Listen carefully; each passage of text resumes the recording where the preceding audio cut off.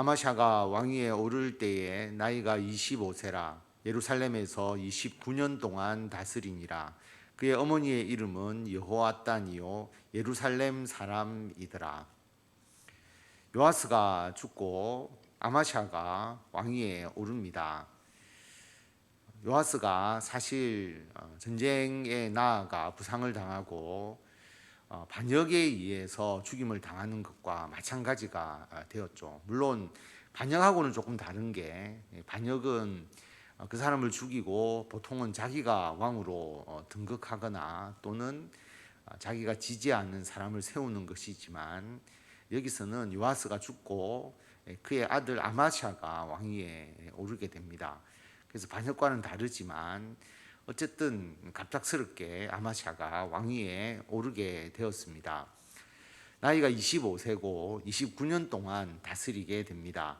그의 어머니의 이름이 여호아단이다. 그의 어머니가 누구냐고 우리가 보면, 앞에서 대제사장 여호야다가 요아스를 하나님의 훌륭한 왕으로서 이끌어주기 위해서 특별히 두 명의 아내를 택하여서 결혼을 시켰다라는 내용을 우리가 앞에서 보았는데, 그 중에 한 사람이 되는 것이죠. 요아스의 아내, 그리고 아마샤의 어머니가 됩니다. 그래서 요아스와 이 여호아단 사이에서 아마도 아마샤가 신앙적인 그런 훈련을 많이 받았을 것이다. 그래서 신앙적인 부분에서 자라났을 것이다 라고 하는 것은 알 수가 있습니다. 그러나 뒤에 요아스가 하나님 앞에서 올바로 행하지 않았기 때문에 아버지의 그런 변화된 모습을 또한 보면서 나중에 살았을 것이다 라고 하는 거죠. 두 가지의 영향을 아마샤가 분명히 받았을 것이다 라고 하는 것을 알 수가 있습니다. 그 결과가 어떻게 되느냐라는 것을 보면, 아마샤가 여호와 보시기에 정직하게 행하기는 하였으나 온전한 마음으로 행하지 아니하였더라. 어떤 상태가 되느냐 하면, 하나님 보시기에 분명히 올바른 것 같습니다. 정직하게 행하는 것처럼 보입니다. 그런데 그의 마음을 보면 온전한 마음으로 하나님을 섬기지는 않았다라고 하는 것입니다. 쉽게 말하면 하나님과의 인격적인 교제가 없었다라고 볼 수가 있는 것이죠. 신앙생활을 하는 것 같은데 하나님과 진정한 인격적인 만남, 정말 하나님이 나의 하나님이시고 나의 삶을 인도하여 주신다라는 것을 인격적으로 깨닫고, 그리고 하나님을 위해서 진정으로 헌신하는 그런 삶이 아니었다라고 하는 것이죠. 굉장히 수동적이고 미지근한 신앙이었다라고 하는 것을 알 수가 있습니다. 그래서 아마 자라는 환경 자체가 어떤 이런 복합적인 신앙이 뜨거웠을 때와 또 신앙이 좋지 않았을 때, 또 그러나 어머니의 신앙이 있을 것이고, 이런 복합적인 상황에서 일어난 것이 아닐까 볼 수는 있는데, 어쨌든 신앙은 자기의 문제니까 아마샤가 이렇게 하나님 앞에서 미지근한 신앙, 그리고 온전한 마음으로 하나님을 섬기지 않는 신앙을 가지고 있었고, 그러나 하나님 보시기에 외적으로는 그렇게 악을 행하지 않는 그 정도의 상황이었음을 알 수가 있습니다. 그렇게 되었을 때 어떤 결과가 나타나는지를 우리가 한번 보도록 하겠습니다.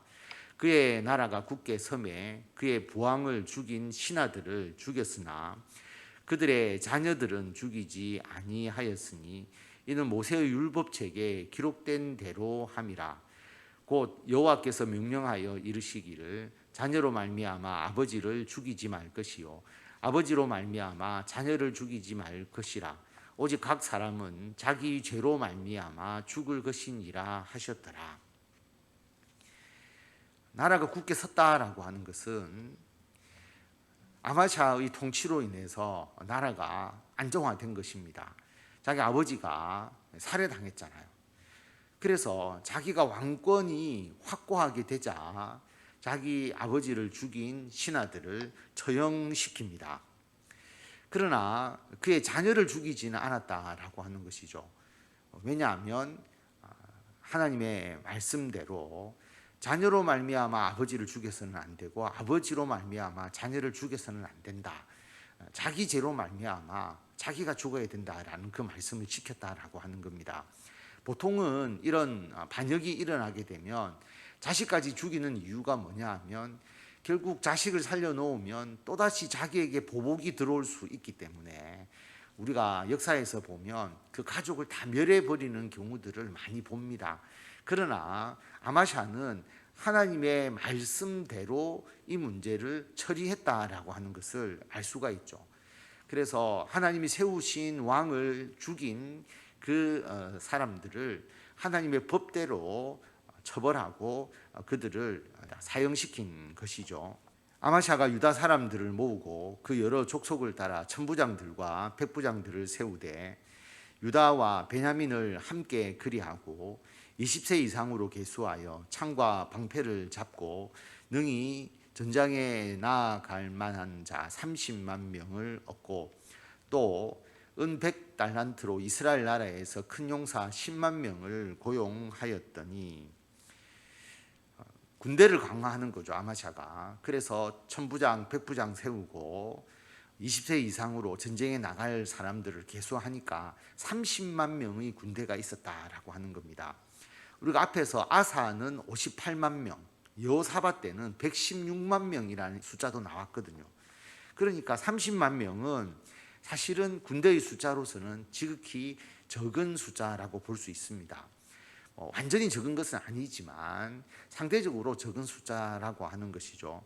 그래서 은 100달란트를 가지고 북이스라엘에서 용병을 고용합니다. 용병을 10만 명을 고용해서 자기의 약한 군사력을 보충하려고 하는 것이죠. 그래서 전쟁에 나아가려고 합니다. 에돔을 치려고 하는 것이죠. 어떤 하나님의 사람이 아마샤에게 나와서 이르되 왕이여 이스라엘 군대를 왕과 함께 가게 하지 마옵소서. 여호와께서는 이스라엘 곧 온 에브라임 자손과 함께 하지 아니하시나니 왕이 만일 가시거든 힘써 싸우소서. 하나님이 왕을 적군 앞에 엎드러지게 하시리이다. 하나님은 능히 돕기도 하시고 능히 패하게도 하시나이다 하니, 하나님의 선지자가 아마샤에게 말리는 것이죠. 하나님은 북이스라엘 사람들과 함께 하지 않습니다. 그들 용병을 10만 명을 고용해서 전쟁에 나가면 왕이 패합니다. 가서 왕이 열심히 그들과 맞서 싸운다 해도 결국은 왕이 그 적군 앞에 패배해서 엎드려질 겁니다. 하나님의 경고를 아마샤에게 전합니다. 아마샤가 하나님의 사람에게 이르되 내가 100달란트를 이스라엘 군대에게 주었으니 어찌할까? 하나님의 사람이 말하되 여호와께서 능히 이보다 많은 것을 왕에게 주실 수 있나이다 하니라. 하나님께서 그 100달란트 그리고 그 용병에게 준 돈 그리고 그 용병 아무것도 아닙니다. 하나님이 더 많은 것을 줄 수 있기 때문에 용병과 함께 해서는 안 됩니다 라고 하는 것을 분명히 말합니다. 아마샤가 이에 에브라임에서 자기에게 온 군대를 나누어 그들의 고향으로 돌아가게 하였더니 그 무리가 유다 사람에게 심히 노하여 분연히 고향으로 돌아갔더라. 그래서 용병을 돌려보냅니다. 용병 입장에서는 기분이 나쁘죠. 물론 돈을 받았습니다. 그런데 용병 입장에서는 그 돈보다 전쟁에 나아가서 그들이 전리품을 획득하고 탈취하고 그래서 부를 획득하려고 용병으로 왔는데 전쟁에 참여하지 못하고 그냥 돌아가라고 하니까 기분이 나빠서 돌아가는 길에 악을 행하죠. 유다의 성읍들을 약탈하는 죄를 범합니다. 아마샤가 담력을 내어 그의 백성을 거느리고 소금 골짜기에 이르러 세일 자손 10,000명을 죽이고 유다 자손이 또 10,000명을 사로잡아 가지고 바위 꼭대기에 올라가서 거기서 밀쳐 내려뜨려서 그들의 온몸이 부서지게 하였더라. 아마샤가 용병 없이 전쟁에 참여하여서 큰 승리를 거두게 됩니다. 아마샤가 자기와 함께 전장에 나가지 못하게 하고 돌려보낸 군사들이 사마리아에서부터 베토론까지 유다 성읍들을 약탈하고 사람 3,000명을 죽이고 물건을 많이 노략하였더라. 그들이 분명히 자기들이 용병으로서의 기본적인 보상은 다 받았습니다. 그런데 전쟁에 참가해서 전리품을 획득하지 못하게 되었다고 불만을 가지고 전쟁을 참가해서 이 약탈을 하는 게 아니고 돌아가면서 유다 성읍을 약탈하고 사람 3천 명을 죽이고 물건을 노략하는 죄를 범하는 것이죠. 결코 용병이 아니라 악한 자고 깡패와 같은 그런 행위를 행한 것입니다. 아마샤가 이에 분개할 수밖에 없는 것이죠. 아마샤가 에돔 사람들을 죽이고 돌아올 때에 세일 자손의 신들을 가져와서 자기의 신으로 세우고 그것들 앞에 경배하며 분향한지라. 아마샤가 에돔의 신을 섬깁니다. 이런 잘못을 아마샤는 또 범하는 것이죠. 그러므로 여호와께서 아마샤에게 진노하사 한 선지자를 그에게 보내시니 그가 이르되 저 백성의 신들이 그들의 백성을 왕의 손에서 능히 구원하지 못하였거늘 왕은 어찌하여 그 신들에게 구하나이까 하며, 자기가 전쟁에서 이긴 에돔의 신이잖아요. 그런데 에돔의 신이 에돔을 구하지도 못했는데 그 신을 가져다가 섬기니까 더 어리석은 일이지 않습니까? 자기 백성을 구하지도 못한 그 신을 왜 가져다가 섬깁니까? 라고 그렇게 책망합니다. 선지자가 아직 그에게 말할 때에 왕이 그에게 이르되 우리가 너를 왕의 모사로 삼았느냐 그치라 어찌하여 맞으려 하느냐 하니, 선지자가 그치며 이르되 왕이 이 일을 행하고 나의 경고를 듣지 아니하니 하나님이 왕을 멸하시기로 작정하신 줄 아노라 하였더라. 왕이 말을 하지 못하게 하면서 거부하니까 선지자가 하나님이 왕을 멸하시기로 작정한 것입니다 라고 말합니다. 당신은 하나님의 심판을 받게 된다라고 그렇게 선포하는 것이죠. 유다 왕 아마샤가 상의하고 예후의 손자 여호아하스의 아들 이스라엘 왕 요아스에게 사신을 보내어 이르되 오라 서로 대면하자 한지라. 유다 왕 아마샤가 예후의 손자 여호아하스의 아들 이스라엘 요아스, 이름이 같아서 좀 혼돈이 있을 수 있는데 북이스라엘 왕 요아스입니다. 그 요아스에게 우리가 대면하자 선전포고를 하는 겁니다. 전쟁을 일으키려고 하는 것이죠. 왜냐하면 그 북이스라엘의 10만 명의 용병이 유다 사람 3천 명을 죽이고 고을을 약탈했기 때문에 거기에 대해서 보복하려고 하는 의미이죠. 그런데 이 아마샤는 북이스라엘을 칠 정도의 군사력을 가지고 있지 않습니다. 에돔에 대한 승리에 고취되었고 아마도 그 에돔 신에게 물었을 겁니다. 그런데 그 에돔 신이 전쟁에 나아가도록 하는 그 응답이 있었겠죠. 거짓 선지자들이 분명히 그렇게 부추겼을 것입니다. 그러니까 북이스라엘에 선전포고를 하는 잘못을 범하는 것이죠. 이스라엘 왕 요아스가 유다 왕 아마샤에게 사람을 보내어 이르되 레바논 가시나무가 레바논 백향목에게 전가를 보내어 이르기를 내 딸을 내 아들에게 주어 아내로 삼게 하라 하였더니 레바논 들짐승이 지나가다가 그 가시나무를 짓밟았느니라. 내가 에돔 사람을 쳤다고 내 마음이 교만하여 자긍하는도다. 내 궁에나 있으라. 어찌하여 화를 자초하여 너와 유다가 함께 망하고자 하느냐 하나. 에돔을 쳐서 이겼다고 교만해서 자기를 치려고 하는 그런 죄를 범하고 있다라고 하는 것입니다. 너와 유다가 함께 망하고자 하느냐라고 그렇게 이야기를 합니다. 이 정도로 이야기를 하면 아마샤가 자신의 상황을 분명히 알아야 되는데 아마샤가 듣지 아니하였으니 이는 하나님께로 말미암은 것이라. 그들이 에돔 신들에게 구하였으므로 그 대적의 손에 넘기려 하심이더라. 에돔 신이 분명히 이긴다고 했을 것이고 그래서 전쟁을 했을 것인데 이것은 하나님의 심판을 받는 일이었다라고 하는 것입니다. 결국 아마샤가 패배할 수밖에 없는 전쟁이다, 하나님의 심판이다라고 하는 것이죠. 이스라엘 왕 요아스가 올라와서 유다 왕 아마샤와 더불어 유다의 베세메스에서 대면하였더니 유다가 이스라엘 앞에서 패하여 각기 장막으로 도망한지라. 유다의 아마샤가 패배합니다. 이스라엘 왕 요아스가 베세메스에서 요아스의 손자 요아스의 아들 유다 왕 아마샤를 사로잡고 예루살렘에 이르러 예루살렘 성벽을 에브라임 문에서부터 성 모퉁이 문까지 400규빗을 헐고 약 182m 정도 되는 그 성벽이 허물어질 정도로 완전하게 패배를 당합니다. 예루살렘이 공격을 받을 정도였다라고 하는 것입니다. 또 하나님의 전 안에서 오베데돔이 지키는 모든 금은과 그릇과 왕궁의 재물을 빼앗고 또 사람들을 볼모로 잡아 가지고 사마리아로 돌아갔더라. 성전에서 귀한 금, 은, 그릇, 재물들 또 왕궁의 재물들을 다 빼앗기고 많은 사람들이 포로로 붙잡혀서 사마리아로 끌려가게 되는 그 수모를 겪게 됩니다. 이스라엘 왕 요아스의 아들 요아스가 죽은 후에도 유다 왕 요아스의 아들 아마샤가 15년간 생존하였더라. 북이스라엘의 요아스가 죽은 이후에도 15년간 생존했다라고 하는 이야기고요. 아마샤의 이 이외의 처음부터 끝까지의 행적은 유다와 이스라엘 열왕기에 기록되지 아니하였느냐.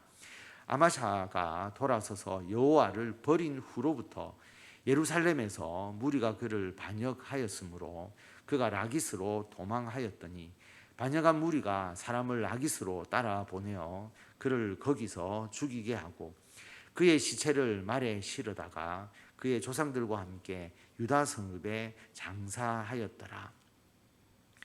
결국 아마샤도 반역에 의해서 왕궁을 버리고 도망가게 됩니다. 그래서 그 반역한 무리에 의해서 죽임을 당하는 그 고통을 겪게 됩니다.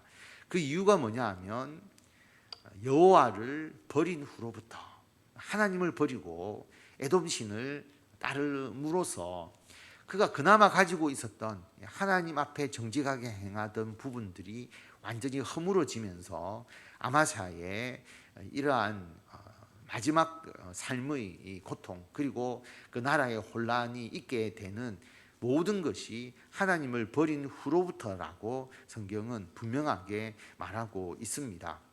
그래서 우리가 오늘 말씀을 통해서 우리들의 열정이 있어야 되는데 신앙의 열정이 있어야 되는데 신앙의 열정이 없이 미지근하게 그냥 현상 유지적인 신앙을 하다 보면 신앙이 그대로 유지되는 게 아니라 계속 퇴보하게 되죠. 어느 순간 그 신앙의 힘을 잃어버릴 수가 있다는 것을 우리들에게 알려줍니다. 그리고 인간적인 방법, 용병을 고용해서 숫자를 늘려서 전쟁에 나아가면 이기지 않을까. 그런데 여러분 그 용병은 결국 자기에게 이득이 되지 않으니까 오히려 유다를 공격한 사람이었다라고 하는 겁니다. 그런 존재는 진정한 도움이 될 수가 없다라고 하는 거죠. 처음부터 하나님의 뜻을 물어서 북이스라엘과 함께하지 않았다. 그래서 북이스라엘 군대를 우리는 쓰지 않겠다. 자기들의 군대만 가지고 전쟁에 나아가도 결과적으로 이겼지 않습니까? 그것을 미리 하나님의 뜻을 알고 행했다면 훨씬 더 좋은 결과가 있었겠죠. 그래서 이 용병으로 말미암아 그가 북이스라엘과 전쟁하게 되었으니까 오히려 더 안 좋은 결과로서 나타났다라고 하는 것. 인간적 방법을 우리가 너무 신뢰해서는 안 된다라고 하는 것입니다.